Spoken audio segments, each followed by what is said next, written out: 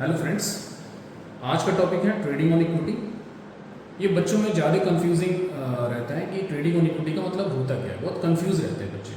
तो इसका बहुत ही सिंपल वे में आज का टॉपिक मैं ख़त्म करना चाहता हूँ। जैसे कि ट्रेडिंग ऑन इक्विटी अगर आपको समझना है तो पहले ये आपको जानना चाहिए कि हमारा जो कैपिटल स्ट्रक्चर होता है ये क्या आपका capital structure.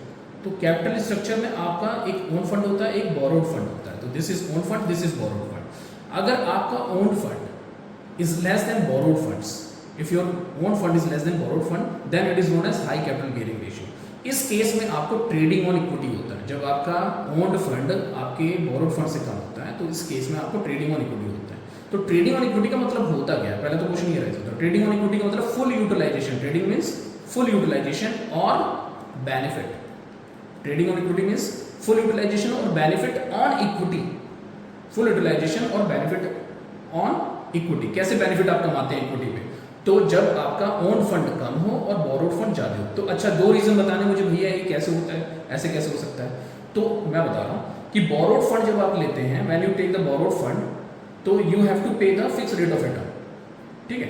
And when you invest in the equity capital, then you don't have a fix rate of return. ये तो हम मीनिंग जानते ही हैं। बोरोड फंड में आपको फिक्स रेट ऑफ रिटर्न देना पड़ता है और इक्विटी पे आपको कोई फिक्स रेट ऑफ रिटर्न मिलता नहीं है अगर आप इन्वेस्ट करते हैं।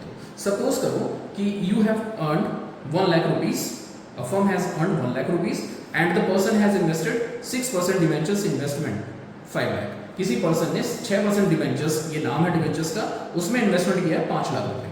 तो बहुत आसानी से तरीके से कोई बता देगा कि उसको रिटर्न कितना मिलेगा। उसको रिटर्न मिलेगा 30,000। उसको कितना रिटर्न मिलेगा? 30,000। तो यानी कि उसको दे देंगे 30,000। बाकी जो पैसा रिमेनिंग 70,000 होगा वो किसका होगा? वो इक्विटी शेयर्स का होगा। तो पहला बेनिफिट तो ये हो गया, चाहे वो 10 लाख रुपए भी, चाहे कुछ भी इन्वेस्ट करे, उसको फिक्स रेट ऑफ रिटर्न मिलना है। फिक्स रेट ऑफ रिटर्न मिलना है। तो पहला बेनिफिट तो ये हो गया। बाकी जो पैसा रहेगा वो किसका हो जाएगा? इक्विटी शेयर होल्डर्स का हो जाएगा। दूसरा रीजन होता है ट्रेडिंग ऑन इक्विटी का कि जो आप इंटरेस्ट पे करते हैं, वो जब हम भी पीएल अकाउंट बनाते हैं तो इंटरेस्ट जो पेड होता है वो क्या होता है? ये it is a deductible amount for calculating the tax. तो यहाँ पे लिखा हुआ interest paid on the borrowed is deducted from profit. Profits में से हम डिडक्ट करते हैं वाइल कैलकुलेटिंग द टैक्स। जैसे मान लो एक एग्जांपल बता रहा हूँ, पीएल अकाउंट बना तो यहाँ पे टू इंटरेस्ट लिखते हैं, उसके बाद जो आता है टू प्रॉफिट, ये आपका प्रॉफिट जिस पे टैक्स लगता है। यानी कि जो आपने इंटरेस्ट पे पे किया है, जो इंटरेस्ट अमाउंट पे किया उस पर कोई टैक्स नहीं लगता है, ठीक है। Okay, thank you.